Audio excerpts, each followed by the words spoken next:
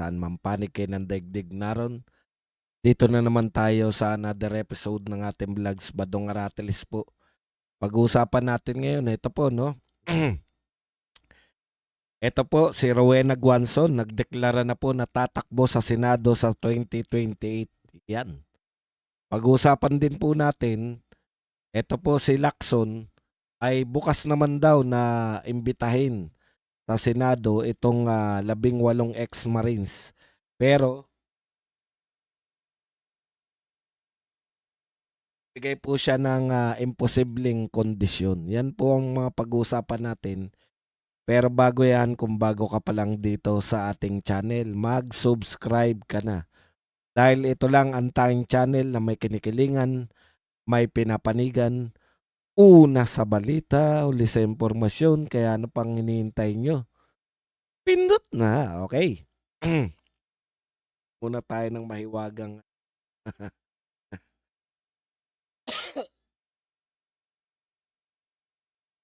ito nagpaginhawa sa ubo ko eh. Lemon. Nakadalawang laklak na ako ng cup syrup. Wala. Walang epekto. Yung lemon medyo okay.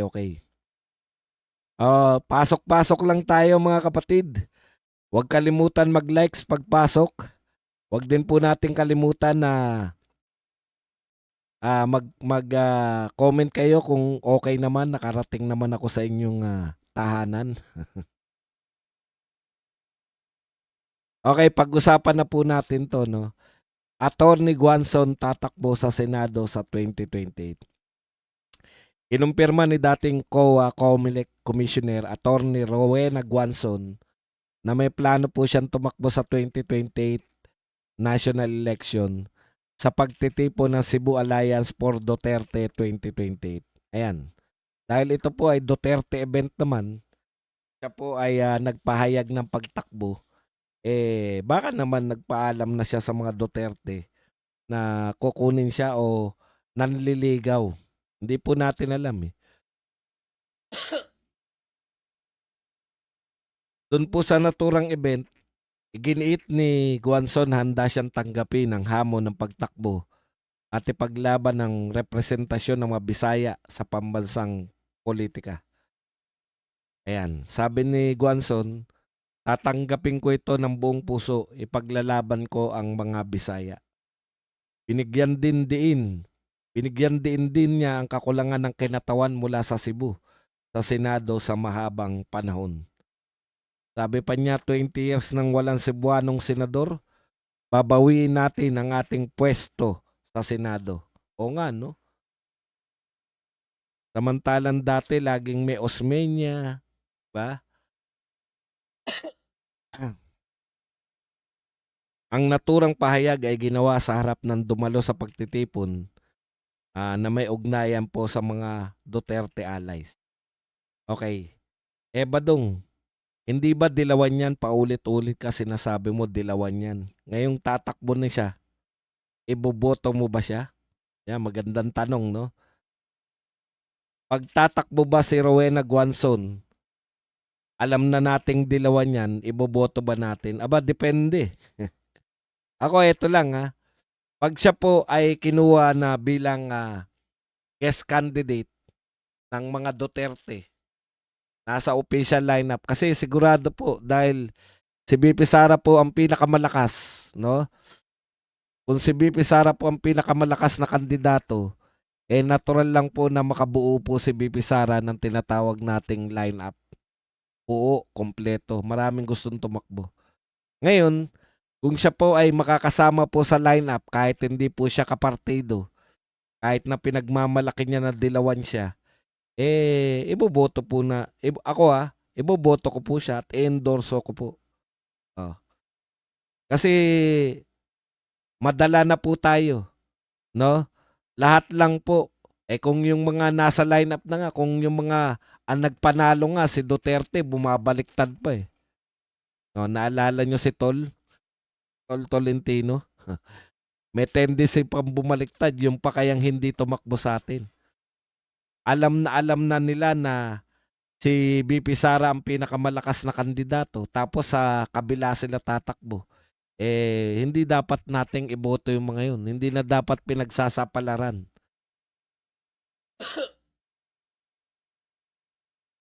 Yan lang po. Ngayon, kung sinasabi nyo, hindi ba tayo nagagamit lang? Yun po talaga ang politika, gamitan. Sa tagal nyo na po nakasubaybay sa atin, alam nyo na siguro ngayon, gamitan po ang politika. Yan po, masasabi na po, kaya ko na sabihin sa inyo dahil ang tagal na natin nag-uusap sa politika, no? Yan po ang katotohanan sa politika. Gamitan. Kung hindi nyo po naunawaan yan, wala tayong magagawa. Hindi kayo bagay sa politika. Siguro ang subaybayan na lang natin mga nagaganap sa artista. Kaya si Guanzon, wala akong problema sa kanya personally. Maganda mga atake niya sa mga Marcoses. Pero kung hindi po siya mapapasama sa lineup, kasi yung sa original na Duterte lineup, ilan yung pumasok? 3. O, di ba? 3. So, sa 10 na Duterte lineup, kulang na kagad ng 3. O, so, kung i-retain po lahat ng kandidato ng Duterte, kulang na ng 3 sa 10 pa lang. Balik ko, nangangailangan tayo ng 5. Kung tatakbo pa sila lahat, ha, mukhang lahat naman tatakbo. Ewan ko lang si Philip Salvador kasi lahat aktibo eh. Yung mga abogado natin, aktibo lahat. Si Hinlo, sino ba yung taga Pangasinan? Tapos si Dr. Mata, ano rin, aktibo din. Tapos siyempre dapat nakatuon na po tayo rito sa pamumulitika rin. Si attorney. So yung mga si Bondok, 'di ba? Na buhay pa rin po si Attorney Vic Rodriguez. So halos lahat po ng lineup natin, ang hindi ko lang po gano'n napagkikita, etong si Philip Salvador. So sino po yung pwedeng tumakbo na kasalukuyan? Si Robin Padilla lang po yung mag-end yung term eh. Robin Padilla. So may 4 pa tayong kailangan hanapin. Kung tatakbo lahat ng kandidato. Sino pa yung mga pwedeng pagpilian? Depende nga. Bahala sila kung gusto nila. Okay. Next topic natin. Bago tayo pumunta rito kay Lacson at pag may oras pa tayo, tirahin natin si Remulla ulit. Thank you very much muna kay Knowing May na nagbigay sa atin ng 10 AED. Yan. Maraming salamat, Knowing May. Okay. Ito po si Heidelin Diaz, medyo laman po siya ng mga balita ngayon. Nung una, gusto kong itapik to dahil babanatan ko yung yung nangako sa kanya eh. Ang dami po nangako, 'di ba? Sabi ko baka maulit na naman to yung sino yung boxer natin, si Onyok Velasco, na ang dami nangako. Wala naman pala natupad. Nag-artista na lang yung mama, nalaos na. Nag-artista, nalaos na. Hindi pa rin natupad yung mga ipinangako sa kanya na dapat makuha niya. Kaya galit ako kasi taga-subaybay ako na sports eh. Kaya sabi ko, bakit nila ginaganon yung Olympic natin, yung mga Olympian natin, lalo na to, first gold medalist. Napangakuan kasi yan si Heidelin Diaz na habang buhay po siya na libreng gasolina. Uso po ngayon, mahal ang gasolina, di ba? Laking bagay. Habang buhay kami libre sa Phoenix. Phoenix lang kasi yun eh. Ngayon, sabi ko, anong klase itong mga kumpanya na to? Kahit yung mga gold Olympians natin pangangakuan tapos hindi na toto pa rin. Nung nagbigay po ng pahayag yung Phoenix, teka muna. Ibang usapan na pala to. Umaangal yung manager ni Heidelin Diaz na hindi raw totoo yung lifetime free fuel ng Phoenix Suns. O Phoenix, ano pala yung basketball team pala yung Phoenix Suns. Ng isang kumpanya, eh, yung pala, endorser po siya ng isang kumpanya ng langis. Oh. Sabi ko, teka muna. Nanghihingi ka ng libreng langis dito sa nangako sa'yo. Tapos, nakipagkontrata ka sa kalaban. Ikaw naman, no? Sabi ko nga, ano ba namang klaseng mga tao to? Tapos minidya, kayo pa umangal.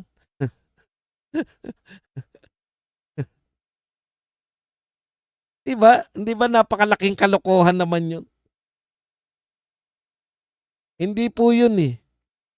Petron yata, di ba? Oh. Endorser siya ng Petron. Tapos manghingi siya ng fuel dito sa Phoenix. Kung nagpa-endorse ka na sa Petron, ikaw na mismo yung magkusa. Endorser ka na ng Petron, tapos kukuha ka pa ng langis sa libreng gasolina. Delikadesa po ang tawag dyan. Dapat mamimili ka, libreng gasolina ng Phoenix o babayaran ka ng endorsement ng Petron. Ito habang buhay, nangako sila. Oh. Kahit sino po ang konsultahin nyo eh. Alang nga naman sabihin ng Phoenix. Alang nga naman bigay ako ng bigay ng gasolina sa iyo tapos ang ine-endorso mo kalaban namin. Malaking kalokohan nga naman. Ang tawag doon Heidelin, saka yung sa manager ni Heidelin, mawalang galang na. Delikadesa. Kung ikaw pumayag kang mag-endorso ng Petron, tapos dalawa yan eh. Delikadesa sa Petron, delikadesa rin sa Phoenix. Magpapalibreng gas ka sa Phoenix, tapos Petron yung ini-endorso mo. Ano sabihin ng mga tao po? Wala ka palang tiwala dyan sa ini-endorso mo eh. Gusto niya tuloy-tuloy pa rin yung libre kasi wala naman daw, sinabi daw yun ng Phoenix nung nakagold si Heidelin.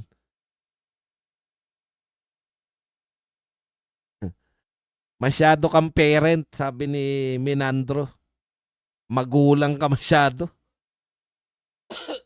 Delikadesa yun, di ba? Mag-endorse ka ng... May nangyari na rin yan eh. Yung buhay pa si Pepe Smith. May endorser silang inumin eh. Ayaw niyang... Yung kumbaga sa inuman eh. Sumalangit na wa. Yan yung naging issue nila nung manager na. Anyway, baka mareklamo pa tayo dyan. Wag na natin intindihin yan. Yun lang yun. No? Hindi po pwede yun na endorser ka ng Petron tapos manghingi ka ng gas sa Phoenix. Kaya po, Heidelin, ipaunawa ko lang sa'yo, kaya ka bibigyan ng Phoenix ng libreng gas para ma-promote din sila, di ba? Sila yung nagbibigay ng libreng gas sa'yo. Hindi po yun pangako out of goodwill. Mga negosyante yan eh. Kaya nila, gusto kang bigyan ng libreng gas. Promotion po yan ng produkto nila. Mahirap bang intindihin yun? Okay. Punta na po tayo rito kay Ping Lacson. Sabi ni Ping Lacson, okay naman, no? Mukhang okay naman to. Lacson. Ito ang pamagat sa Manila Bulletin. Lacson, Blue Ribbon Panel is still open to 18 ex-Marines. If, may if eh. If affidavits reflects reality.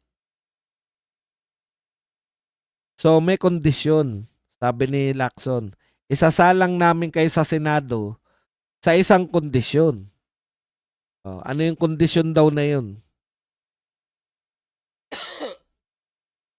Dapat daw, yung mga testimonya nila ay nagre-reflect sa realidad. Ibig mo sabihin, nagsisinungaling sila. Ayan, at inulit na naman ni Lacson na imposible daw yung nakapag-deliver sila ng 805 billion. Imposible daw, yun, yung mga dati niya sinasabi. Eto, wala naman sa imposible kasi yung mga sinasabi nyo. Oh. Impossibility. Massive amount. Logistical nightmare of handling the money and actually delivering it. Di makapaniwala si Lacson hanggang ngayon. So, ang sabi ni Lacson, isasalang namin kayo sa Senate hearing sa isang kondisyon. Just correct your affidavits and bring them closer to the truth and I'll call a hearing. Alam mo kung ganyan po, Senator Lacson, kung gusto mong i-correct nila yung kanilang ibig sabihin, para na nilang inamin na nagsisinungaling sila. Hindi ko maintindihan kung bakit mo isasalang ang alam mo na nagsisinungaling tapos ipapatama mo lang sa kanila ayon sa gusto mo. Hindi nakarapat dapat yan. Babaguhin na nila ayon sa gusto mo. Sa gusto mong affidavit. Oh. Anong klaseng testigo yun na pwede nilang baguhin yung kanilang mga sinumpaan?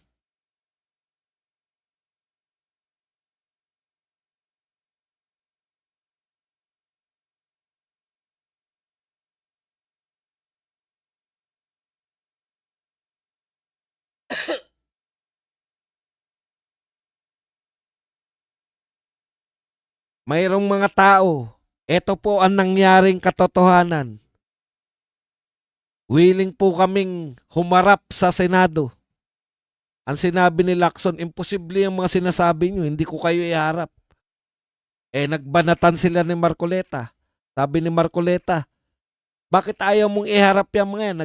May mga ebidensya sila. Hindi sila nagsabi ng totoo. Di ba? Ikaw ang nagpapasya kung sino nagsasabi ng totoo. Ang galing mo naman. Ano ka, Diyos?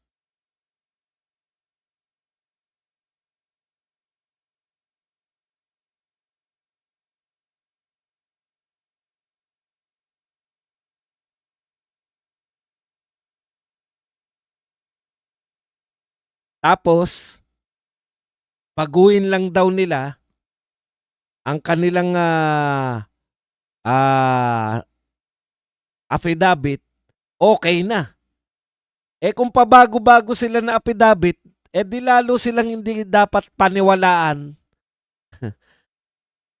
Doon mo nga makikita kung kapani-paniwala sila, kung lahat ng ito stick pa rin sila sa kanilang affidavit, doon lang makikita na sila ay totoo. May nabasa lang ako doon sa palitan na nila Lacson tsaka ni no? Pinagpipilitan kasi na 'di ba ang ganda ng mga banat ni Marcoleta sa kanya. Bakit ayaw mong iharap sa Senado yung mga nagsasabi ng mga katotohanan, yung 18 Marines? Bakit ayaw mo iharap? Kasi pro-China ka Ito nabasa ko lang.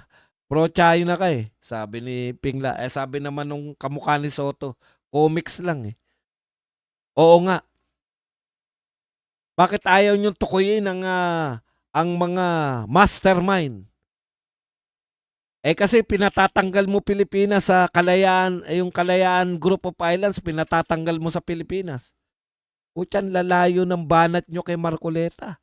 Ang gusto ni Marcoleta, malaman ng katotohanan. Kayo naman, akusa kayo ng akusa na pro-China, etc. Pro-China? Laos na yan. Pinalaos nyo tuloy yung pro-China.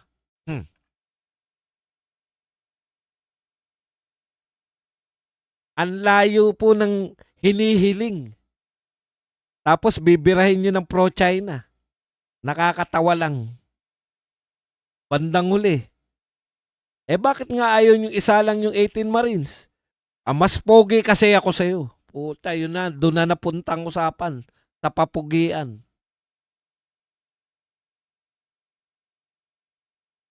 Alam mo, yung sinasabi mong apidabit, ikaw lang ang tanging senador na masyadong magpahalaga sa apidabit. Pinababa mo, Senator Lacson, pinababa mo yung napakataas na tingin sa Senado. Mas mahalaga, ang lumalabas ngayon, mas importante sa kanya yung apidabit kaysa sa pagharap sa Senado Bibigyan ko kayo ng ideya kung gaano kataas. Alam nyo po, pag mas onte, mas importante, di ba? Kaya nga po, mahal yung mga, bakit po mahal ang diamante? Kasi konti lang Kung yan, para napupulot lang ng bato. Bakit yung mga bato na pwedeng pulutin, hindi nabebenta? Pakalat-kalat lang. Yung diamante, hindi naman pakalat-kalat yan. Ganon din po kayong mga senador. Bakit po mas mataas ang tingin ng mga tao sa mga senador kaysa sa congressman? By the mere fact na kayo po ay 24 lang, 24 lang kayo Ilan ang congressman? 300 plus. Sa buong Pilipinas, 300 plus. Ilan ang senador sa buong Pilipinas? 24 lang. Tama? Tama. Oh. So ganun po ang pagpapahalaga sa mga senador dapat. Binababa mo yung mga senador Sa paghanap mo ng mga apidabit, parang pinalalabas mo na mas importante pa yung mga abogado na nag-apidabit kaysa sa mga senador. Bakit po? Pwede ngang pumunta yung mga testigo na walang affidavit doon sa Senado. Ang tagal ko na pong nanonood ng mga hearing.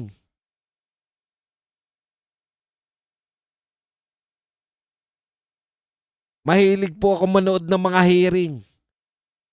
Ngayon lang po ako nakakita na mas importante pa sa senador. May affidavit ba yan? Maayos ba affidavit niyan? Kalokohan po yan. Once na manumpa ka sa Senado kahit wala kang affidavit, mas mataas po yung panunumpa. Ano po ba ibig sabihin ng affidavit? Pinatototohanan mo sa harap ng abogado na tama yung sinasabi mo. Ilan po ang abogado sa Pilipinas? Sangkatutak, libo-libo. Ilan po ang senador sa Pilipinas? 24. So kung kayo po normal mag-isip, ano po ang mas ano po ang mas authentic? Yung affidavit na sinumpaan sa isang abogado? O yung panunumpa na magsasabi ka ng totoo sa harap ng 24 na senador, sa harap ng live TV coverage, sa harap ng mga coverage ng mga social media?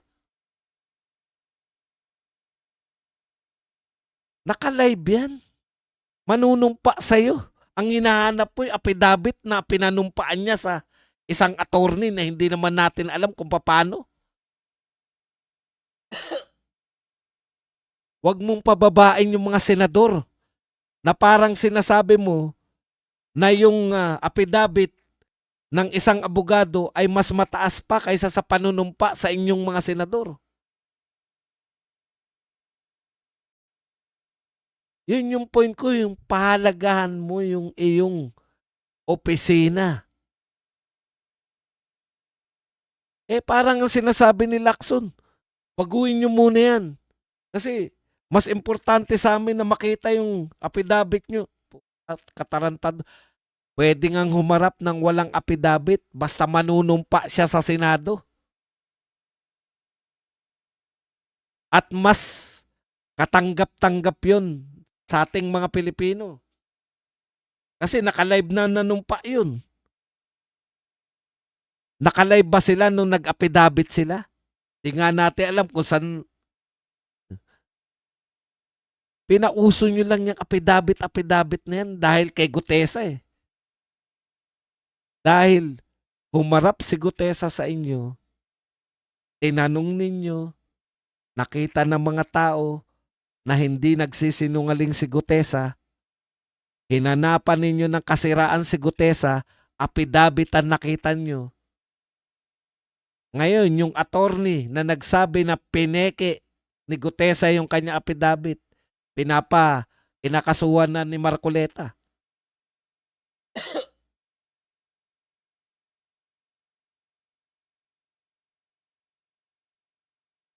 Parang inaamin mo na mas mataas yung abogado kaysa sa akin, senador ako ha. Baguhin nyo muna yan bago ko kahirap. Sa madaling salita, imposible. At kung pabago-bago ng affidavit yan, dapat nang hindi kunin yan. Bilang testigo, ibig nyo sabihin, baguhin lang, karapat-dapat na siyang testigo. Anong babaguhin nila? Babawasan nila? Eh yun nga yung sinabi nila eh.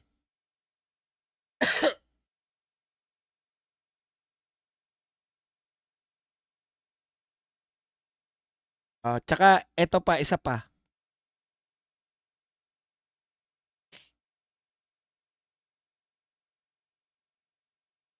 Ipagpapalagay po, na yung taong nag-affidavit, maliban na lang na mapatunayan nyo na nagsisinungaling, ipinagpapalagay po yan, kaya po siya nanumpa na totoo ang kanyang mga sinabi kasi ipinagpapalagay po ng batas na siya ay nagsasabi ng totoo. Kasi kung hindi siya nagsasabi ng totoo, pwede siyang kasuhan ng perjury.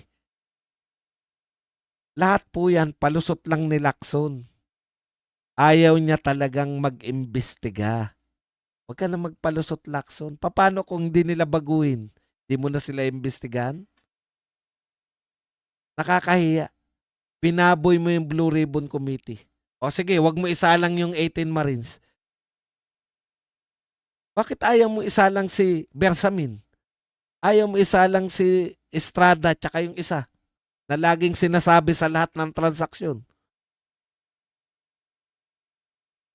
Ayaw mong isalang si Jojo Cadiz. Wala na yung katwiran mo na congressman sila, walang interparliamentary yan. Pwede mong isabpi na yung mga yan. Pag hindi sila umatin, pwede mo silang issuean ng warrant of arrest. Wag na yung 18 Marines. Yung mga nauna na lang, si Jojo Cadiz, si Bersamin. Bakit ayaw mo silang imbitahan? O kung ayaw mo pa rin silang imbestigahan, bakit ayaw mong mag-imbestiga? Period. Wala nang ibang kasunod. Bakit ayaw mong mag-imbestiga? Yan ang trabaho ng Blue Ribbon, mag-imbestiga. Ayaw mong marami kang kondisyon sa 18 Marines? Huwag mo isalang 18 Marines. Si Jojo Cadiz, yung Bersamin, iba pa. Dami-dami pwedeng imbitahin eh. Katwiran lang yan ng ayaw maggampan ng trabaho. Gusto mo ba yan ang legacy mo? Inatandaan mo na yung mga pagiging, ibig sabihin, projection lang ang lahat, Lacson. Yung mga nauna mong pagpo-project na ikaw ay anti-corruption. Projection lang pala. Tignan mo nga pinakamalaking korupsyon sa Pilipinas. Aminado ang lahat na ito ang pinakamalaking korupsyon. Ayaw mong mag-imbestiga o totally ayaw mo mag-imbestiga totally sa flood control. Yung iba naman, ayuda. Imbestigahan mo. Ang daming anomalya. Panay anomalya, ayaw mo mag-imbestiga. Pinakamaraming anomalya, pinakamaraming korupsyon. Ayaw mong imbestigahan. Lacson. Yan talaga magiging konklusyon namin. Sa lahat ng palusot mo, ang nasa utak ng mga tao ay bahagi ka. Yan ang iniisip ng mga tao ngayon.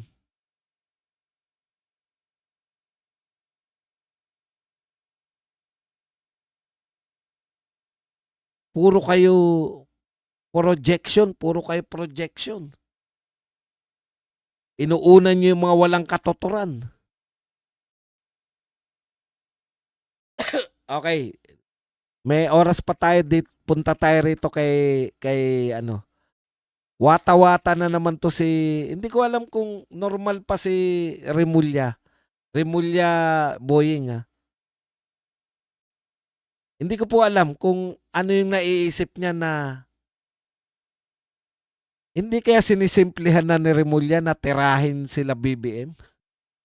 Kasi una, ito po ay na-pick up ni Kaufman sa kanya, 'di ba? Yung ICC dahil sa sinabi ni Remulla, hindi po pwedeng hindi maging material yun sa ICC. Kasi sinabi yan ni Remulla, ombudsman ng Pilipinas, na yung ICC lumalabas ngayon na hindi siya patas na nag-imbestiga rito sa Pilipinas. Kaninong kagagawan yan? Kay Remulla. Umamin siya, makinig ka Lacson ha. Umamin si Remulla na siya ay nakipag-meeting sa bahay niya mismo sa mga taga-ICC. At ang nagpakilala sa kanya sa ICC ay si Trillanes. Oh, ibig sabihin, ang nagpo-provide ng lahat. Tapos, si Trillanes,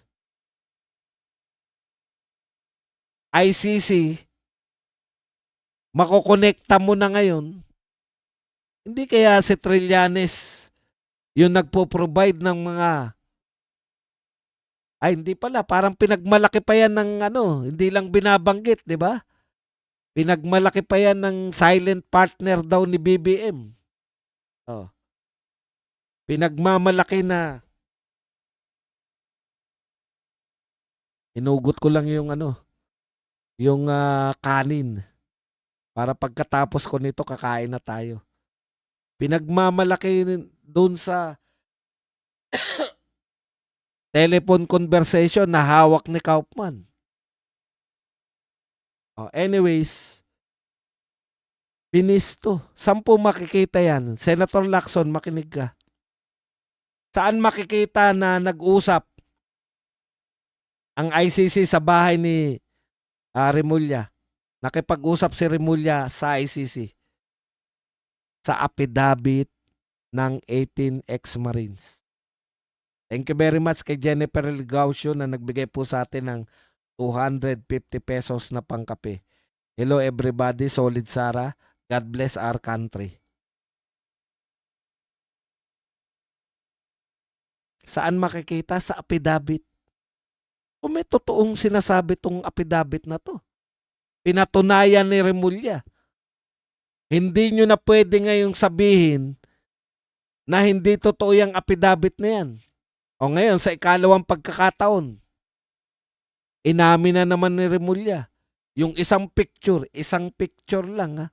Isang picture ng maleta. Naganap yan nung panahon daw na si Velasco pa ang House Speaker. Panahon pa daw ni Duterte. So umaamin po si Remulla ngayon na authentic yung sinasabi nila na nagde-deliver. Ang pinag-uusapan na lang, panahon. Kailan nag-deliver? Ngayon ba? Kay BBM ba? O kay Duterte? Kasi sabi ni Remulla, may isang picture. Ang tanong, ilan ba yung picture na naroon? Sangkatutak. Isa lang ang picture. So ibig sabihin, yung iba ay panahon na ni BBM. pinatotohanan na naman ni Remulla na credible, tama ang sinasabi nitong 18 ex-Marines. Oh, Lacson, si Remulla na nagpapatunay na tama yung sinasabi ng mga ex-Marines. Ngayon, kung hindi ka pa rin solve, Lacson, sa mga katunayan ni Remulla, kasi at least si Remulla, kahit papano, masusuti lang ka sa kanya kasi bendalo yung kanyang utak eh. 'Di ba? Makikipagtulungan tayo sa hindi sa ICC, pero sa Interpol. Eh paikot lang 'yan eh. Wala naman sinasabi ICC na Interpol eh. Warrant of arrest ng ICC. Utos ng ICC. Ngayon, balikan lang natin yung punto na yan, Lacson. Dalawa na sa sinasabi ng mga, ito mga importante to ha. Yun nga yung ICC, parang napakalayo na nun. Pero pinatotohanan ni Remulla. So meron pala talagang basehan tong mga sinasabi nila sa affidavit. Ang tanong sa Lacson, kahit na pinatunayan na ng ombudsman, pinababago mo, mali po yung pagbabago. Ano yun? Pag binago nila, hindi na sila sinungaling? Hindi po ba? Pag meron ka affidavit at binago mo, yun yung pwede kang paghinalaan ngayon na nagsisinungaling ka kasi nagbago ka ng affidavit eh. Yan yung gusto ni Ping Lacson. O ngayon, Ping Lacson, ano na to? Umami na si Remulla. Totoo yun. Hindi niya naman sinabi, peke yan, peke. Hindi. Ang sinasabi niya lang, sa ibang panahon. Di patunayan nyo.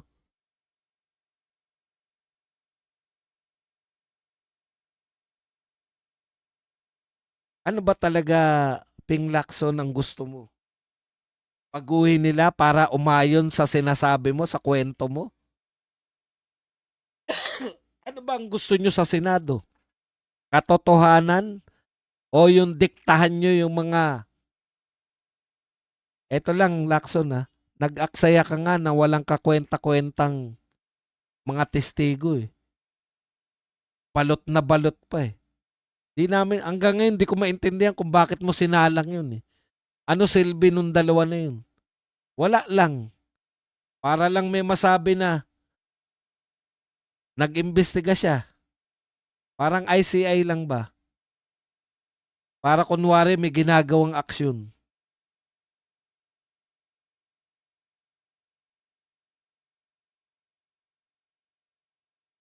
Ano na, Lacson? Nasa iyo na yung bola eh. Hindi mo po pwedeng sabihin na baguhin muna nila. Sabi nga ni Marcoleta, di isalang mo kung hindi ka naniniwala, tirahin natin. Meron silang affidavit, perjury yan. Pag nagsinungaling sila sa harap mo, Lacson, pwede mong ipakulong. Contempt. Takot ka ba na hindi mo kayang barahin sila kung nagsasabi sila ng totoo? Yun po kasi nakakatakot sa mga tao eh. Pag ang tao nagsasabi ng totoo, kahit na anong paikot mo dyan, lalabas at lalabas ang katotohanan. Kaya yung kay Madriaga, okay lang ako. Alam natin lahat kung bakit nila ikukulong kunwari sa House of Representatives, di ba? Para ayusin nila. Ito mga sasabihin mo, ganun. Ayan. Pa-practice nila.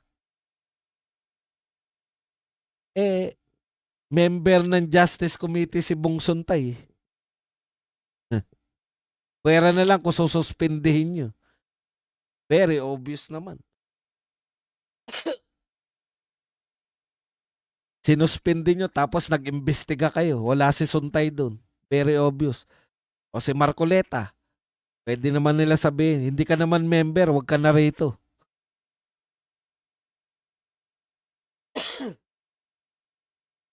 Pero ang katotohanan, kaya nagdadaldal na naman to si Dilima, si Jokno, pati si Chua. Ang katotohanan po, Wala talaga kayong ebidensya. Kaya ninyo sinasabi na. Saan ka nakakita?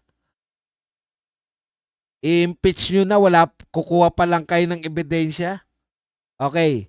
Sa mga nagtatanong po, kasi may mga nagtatanong eh.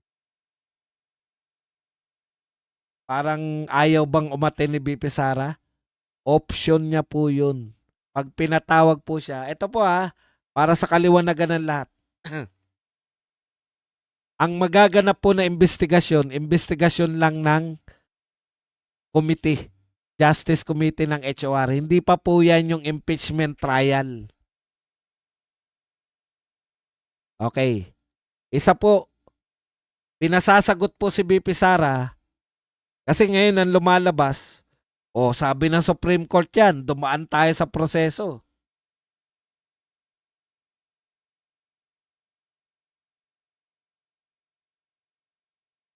Kaya naman kayo dumaan sa proseso kasi hindi kayo nakakuha ng 106 na boto.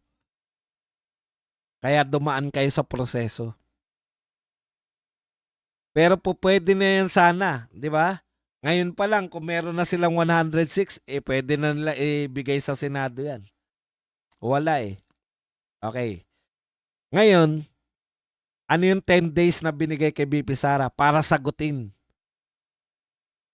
Paano yan ba dong kung ayaw sumagot ni BP Sara? Dapat wag na siya. Kung ako lang hindi na ako sasagot. Kasi mula sa sagot ko, kukuha na naman yung mga yan ng impormasyon eh. Tama si BP Sara mga kapatid. Fishing expedition lang to. Gagawin nila. Saan ka nakakita? Ini-impeach nyo na. Ngayon pa lang kayo naghagilap ng ebidensya. Ngayon ipapasabpi na nila yung bank account. Ipapasabpi na nila yung SALN. Hindi po ganyan ang pagbibintang. Ang pagbibintang po, lahat ng napanood ko si Erap, pinagbintangan niya, may mansion. Ang tawag nga, Boracay Mansion eh. Sabi ni Erap, hindi akin yan. Hindi pala iyo, di amin na lang. Dininay ni Erap. Ibig sabihin, meron kang binibintang na yaman. Nung dininay ni Erap, kinuha na ng pamahalaan, di pala iyo eh. Ano po yung binibintang ninyo kay BP Sara na yaman na hindi maipaliwanag? Inahamon nga kayo ni BP Sara. Asan sa SALN ko hindi mapaliwanag?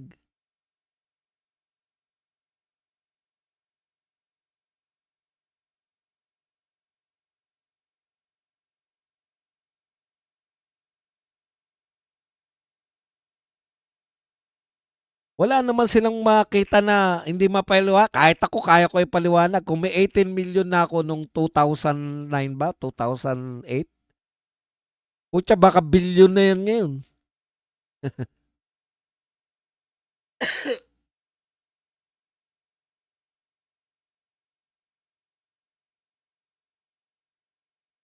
Okay. Sa madaling salita, ayaw mo lang talaga lakson. Hindi, dito muna, ano na ba pinag-usapan natin? Ngayon, aangalan nyo, sinasabi ni Dilima. Nung sinabi ni BP Sara na fishing expedition kasi yung ginagawa ninyo, ngayon, pangatlong fishing expedition, pumalag sila.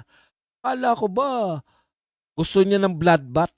Opo, gusto niya ng bloodbath. Pero hindi po sa HOR. Para kang tanga nun. Alam nyo ba kung ilan ang boto nyo? 54-1. 54 ang bumoto against BP Sara. Isa lang po yung kumampi sa kanya. Diyan sa Justice Committee. So, ibig sabihin, useless.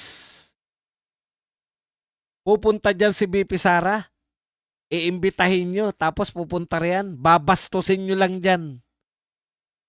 May karanasan na kami, mga bastos kayo. Sabihan nyo ng pusit, sabihan ninyo, sigawan ni Abante si BP Sara. Sabihan ng harap-harapan na stick to the plan tayo. simangutan, pagdabugan nyo si VP Sara, Vice President ng Pilipinas. Tapos imbitahin nyo na naman sa sarili nyo, hindi pa po korte yan. Huwag po kayo maniwala kala Dilima na akala ba namin gusto niya ng bloodbath. Opo, pero doon kayo sa patas. Doon kayo sa Senado, hindi dyan sa lugar nyo. Pagtutulungan nyo lang yan. Pati aksyon ni BP Sara, gusto nyong pakailaman? Sa Justice Committee lang po yan. Yang mga pinag-uusapan, wala pa po yan. Hindi po nila i-dismiss yan. Maniniwala ba kayo na yung 54 na bumoto, babaliktad kay BP Sara pag nagsalita siya riyan? Pag sumagot ba si BP Sara, babaliktad yung 54? Hindi po. 54 pa rin yan. Isasubmit nila yan dito po sa plenaryo na 54-1 pa rin ang boto. 54, nire-recommenda nila na impeach si BP Sara. 1 lang po yung tututol.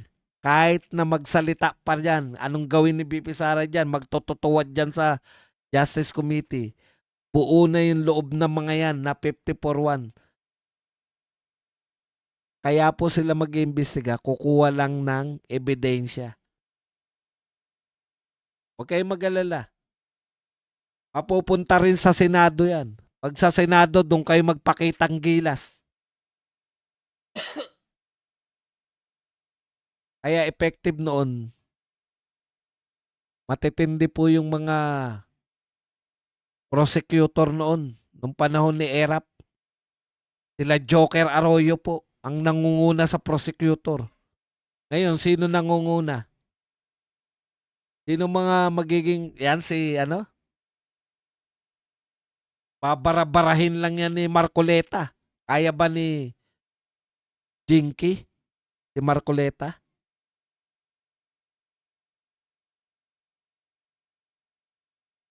Kaya po wag po kayo malilito. Hindi man po magpakita dyan si BP Sara, immaterial na po yan. Buo na po ang boto ng 54 na yan. 54-1 pa rin yan. Si Bong Suntay pa rin po. Isa na lang nga kumontra, tinira pa ng tinira eh. Ngayon, sinalang pa po sa Ethics Committee. Okay. Ngayon, sa plenaryo po, sasabihin ni Luis Tro, ito po ang rekomendasyon namin na impeach po si BP Sara. So papaliwanag nila, tatanungin sila, tapos magbobotohan. Pag nakakuha ng 106, ipapasa na nila yan sa Senado.